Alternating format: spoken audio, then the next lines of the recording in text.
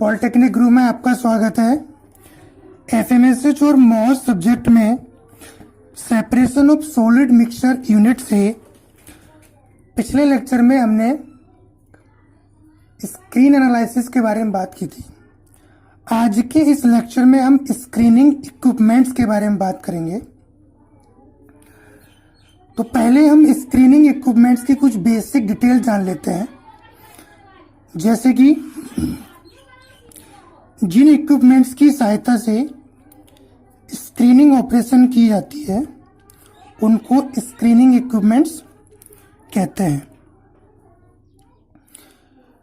दूसरा, ये screening equipments एक मशीनरी होती है जिसको मैकेनिकल स्क्रीनिंग प्रोसेस के लिए यूज किया जाता है। तीसरा, स्क्रीनिंग इक्विपमेंट को एक मटेरियल से दूसरे मटेरियल को सेपरेट करना मतलब अलग करने के लिए डिजाइन किया जाता है। तीसरा, एप्लीकेशन के अनुसार स्क्रीनिंग इक्विपमेंट को अकेले भी यूज किया जा सकता है और किसी दूसरी मशीनरी के साथ भी यूज किया जा सकता है। दूसरी मशीनरी के साथ वहां यूज किया जाता है जहां पर आपकी क्रशिंग ऑपरेशन हो रही होती है, मतलब इसको क्रशर के साथ यूज करते हैं। मेंशन भी किया हुआ है, इंडस्ट्रीज में स्क्रीनिंग इक्विपमेंट्स को क्रशर के साथ जोड़कर सर्किट सिस्टम बनाकर यूज किया जाता है। ठीक है, तो ये इसकी बेसिक डिटेल थी। अब इसमें बात कही गई है सर्किट सिस्टम की। ठीक है, तो सर्किट सिस्टम के साथ स्क्रीनिंग इक्विपमेंट को कैसे यूज करते हैं, आइए एक सर्किट डायग्राम से इसको समझने की कोशिश करते हैं। देखिए, ये एक सर्किट डायग्राम है जिसमें एक क्रशर लिया गया है और इस क्रशर में फीड मटेरियल फीड किया जा रहा है। आप जानते ही हैं क्रशर का काम क्या होता है, साइज रिडक्शन। मतलब जो भी मटेरियल आप क्रशर के अंदर डालेंगे तो क्रशर उसका साइज रिड्यूस करके क्रश्ड मटेरियल के रूप में आपको प्रोडक्ट दे देगा। ठीक है, अब जो क्रश्ड मटेरियल है, इस क्रश्ड मटेरियल को आपको सेपरेट करना है। ठीक है, तो अब क्रश्ड मटेरियल है तो अब उसमें पार्टिकल्स बड़े भी होंगे, मतलब मटेरियल बड़ा भी होगा और मटेरियल छोटे साइज का भी होगा। तो उसको हम डिजायर्ड प्रोडक्ट के अनुसार सेपरेट करेंगे। तो उसके लिए हमें क्या करना पड़ेगा, स्क्रीनिंग करनी पड़ेगी। इसलिए हमने क्या किया है, क्रशर के साथ एक स्क्रीनिंग इक्विपमेंट जोड़ा हुआ है। ठीक है, तो ये स्क्रीनिंग इक्विपमेंट अब क्या करेगा, इस क्रश्ड मटेरियल को सेपरेट करने की कोशिश करेगा। देखिए, इसमें एक स्क्रीन लगी हुई है। ठीक है, और जो मटेरियल इसमें आ रहा है उसको ये ओवर साइज मटेरियल और अंडर साइज मटेरियल में सेपरेट कर रहा है। अब मान लीजिए कि जो अंडर साइज प्रोडक्ट है ये आपका डिजायर्ड प्रोडक्ट है, मतलब आप क्रश्ड किए हुए मटेरियल में से जो अंडर साइज में प्रोडक्ट आ रहा है वो आपको ऐच्छिक प्रोडक्ट है, आपको वही चाहिए। तो आप क्या करेंगे, जो स्क्रीन के ऊपर ओवर साइज मटेरियल रुका हुआ है इसको वापस हम कहां भेज देंगे, क्रशर की इनलेट में। ठीक है, दोबारा से वो क्रश होकर फिर स्क्रीनिंग के लिए आ जाएगा। ठीक है, तो एक्चुअल में क्या होता है कि जब हम पाउडर्स बनाते हैं, बहुत सारे पाउडर्स आपने देखे होंगे, आप लोग चेहरे पे लगाने के लिए भी यूज करते हो और सीमेंट भी देखा होगा आप लोगों ने। तो ऐसी बहुत सारी ऑपरेशंस में ये प्रोसेस कंटिन्यूस होती है और एक सर्किट सिस्टम में काम करती है।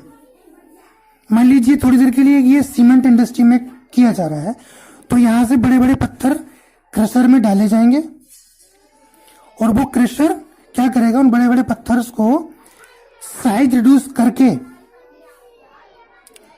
क्रिस्ड मटेरियल में चेंज करेगा और उस क्रिस्ड मटेरियल को हम स्क्रीनिंग इक्विपमेंट के जरिए उसको सेपरेट करेंगे।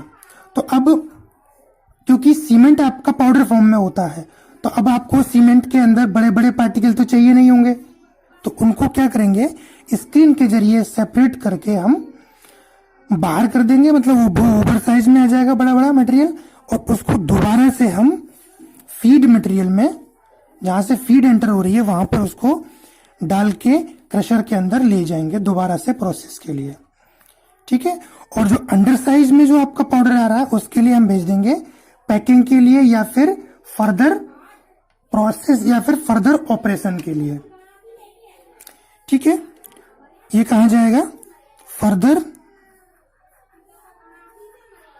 ऑपरेशन, क्योंकि कोई भी प्रोडक्ट एक बार में बन नहीं जाता है, कोई ना कोई उसमें केमिकल प्रोसेस देनी पड़ती है। तो जैसे सीमेंट का एग्जांपल लिया तो सीमेंट के लिए ले लीजिए, अब वो पाउडर फॉर्म में आते ही सीमेंट तो बन नहीं जाएगा, तो उसके लिए फर्दर प्रोसेस देनी पड़ेगी, कोई ना कोई केमिकल रिएक्शन करानी पड़ेगी, तो फिर वो कंप्लीट प्रोडक्ट जाके बनेगा।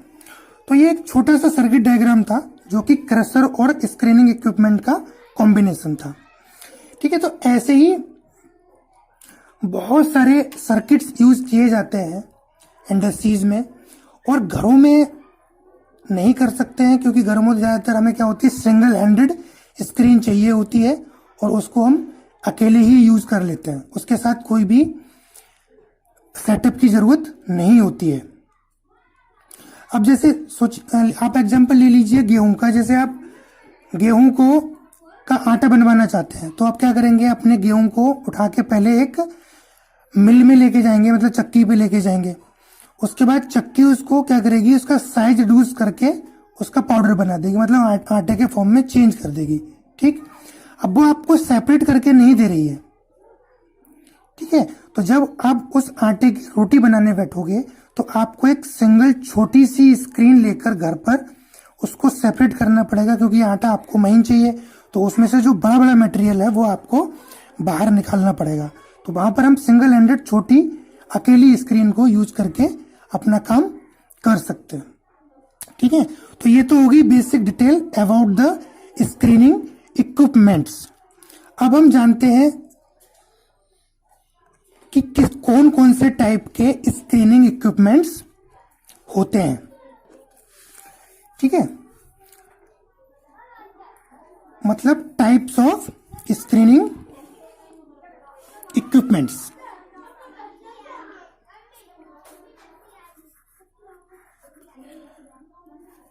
Types of screening equipments.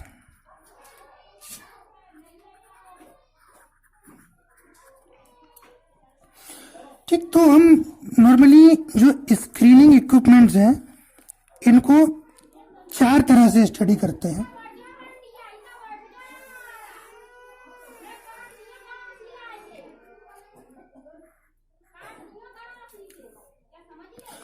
पहला होता है आपका ट्रोमेल,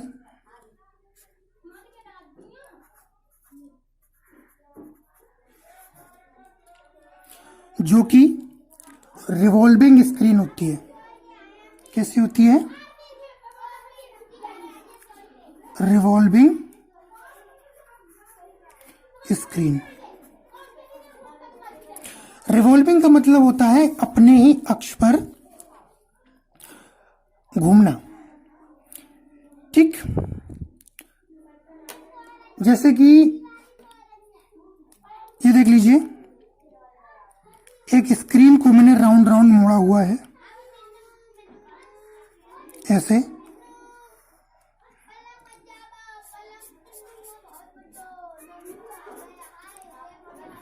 ये स्क्रीन है। तो अभी क्या करेगी, रिवॉल्विंग मोशन में ये अपने ही अक्ष पर ऐसे ऐसे राउंड राउंड मूव करती रहेगी। डायरेक्शन कोई भी होगा, चाहे क्लॉकवाइज हो चाहे एंटी क्लॉकवाइज हो। ठीक है, तो ये ट्रोमिल क्या होती है? रिवॉल्विंग स्क्रीन होती है। और दूसरा इसको लार्ज पार्टिकल सेपरेशन के लिए यूज किया जाता है। किसके लिए किया जाता है? Large particle separation.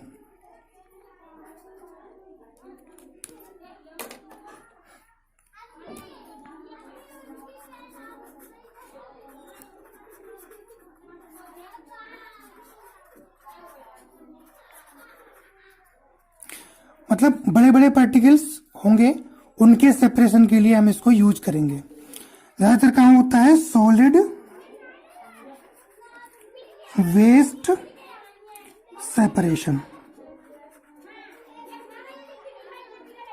Solid waste separation में इसका यूज करते हैं। ठीक है, तो ये थोड़ी सी जानकारी हो गई किसके बारे में? ट्रोमेल के बारे में। दूसरा जो टाइप होता है स्क्रीन का, वो होता है ग्रिजलीज। GRILLZLIES,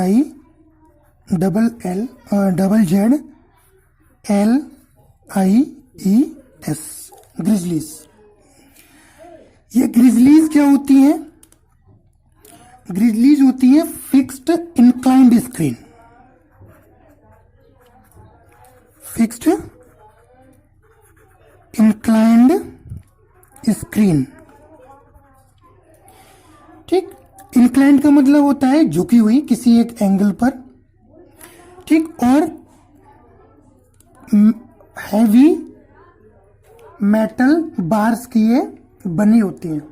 थोड़ा सा व्यू मैं आपको दे देता हूं कि ये कैसा होता होगा एक्चुअल में। देखिए, ये रहे आपके मेटल बार्स, ये एक हो गई। इसके बाद सीरीज में एक और आ जाएगी इसके नीचे। ठीक है, उसके बाद एक और आ जाएगी इसके नीचे। ठीक है, तो ये क्या है? जो सेटअप है किसका है? ग्रिजलीज का है। तो अब क्या होगा, इसमें बीच में जो जगह रहती है मेटल बार्स के, इन मेटल बार्स के बीच में से जो छोटा छोटा मटेरियल होता है वो नीचे गिरता रहता है, और बड़ा बड़ा मटेरियल एक सेट से खिसक कर नीचे वाले सेट पर आ जाता है। वहां से कुछ छोटा मटेरियल नीचे निकल जाएगा, फिर खिसक कर और नीचे आ जाएगा, ऐसा नीचे गिरता रहेगा, और फाइनली जो बड़ा मटेरियल होगा वो आगे बाहर निकल जाएगा।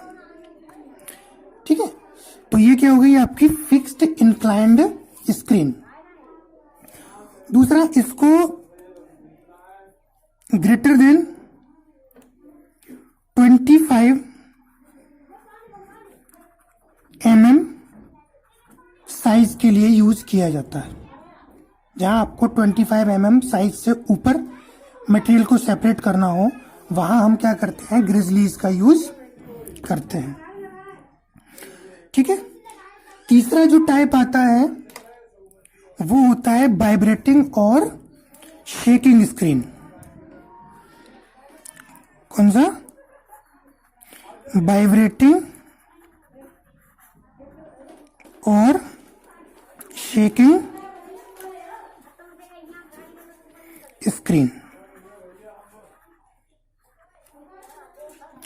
ठीक है, तो शेकिंग का मतलब आप जानते हो,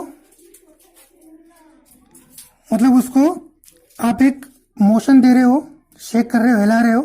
ठीक है, तो वहां से जो सीरीज आपकी होगी स्क्रीन्स की, जैसे माना ये स्क्रीन की सीरीज है और इसमें बाहर एक शेकर लगा दिया गया है।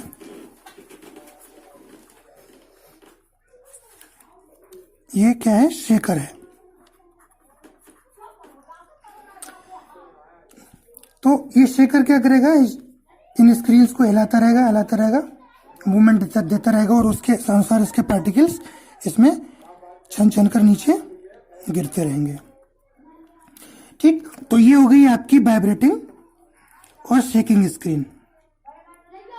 एक्चुअल में ये यूज होती है फाइन पार्टिकल्स के लिए। किसके लिए होती है? फाइन पार्टिकल्स के लिए। फाइन मतलब जो पाउडर के फॉर्म में हो, बहुत छोटे छोटे छोटे पार्टिकल्स हो उनके लिए। चौथा जो टाइप आता है ऑसिलेटरी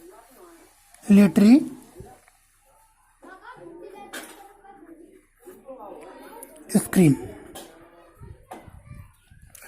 इन स्क्रीन्स में क्या होता है कि एक ऑसिलेटर लगा रहता है, वो इसको ऑसिलेशन मोशन देता रहता है। और ऑसिलेशन आपको पता ही है, जैसे आपने फिजिक्स की लैब में प्रैक्टिकल किया होगा वो दोलन वाला, तो वहां से आपको पता होगा कि ऑसिलेशन क्या होता है। ऐसा ही मोशन इन स्क्रीन्स में भी होता है।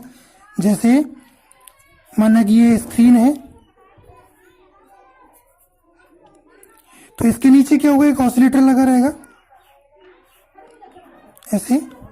तो ये ऑसिलेटर क्या करेगा, ऊपर जाएगा तो इस स्क्रीन को ऊपर उठा देगा, और ये जब ये ऊपर जाएगा तो इस वाले हिस्से को ऊपर उठा देगा, और इसके ऊपर होगा मटेरियल, तो वो क्या होगा, उस मोशन से उसमें मटेरियल सेपरेट होना शुरू हो जाएगा। ये चीज आपने देखी होगी, जैसे वो बच्चों का खेलने वाला गेम होता है, एक इधर बैठ जाता है एक इधर बैठ जाता है, तो वेट के अनुसार ऊपर नीचे होता रहता है।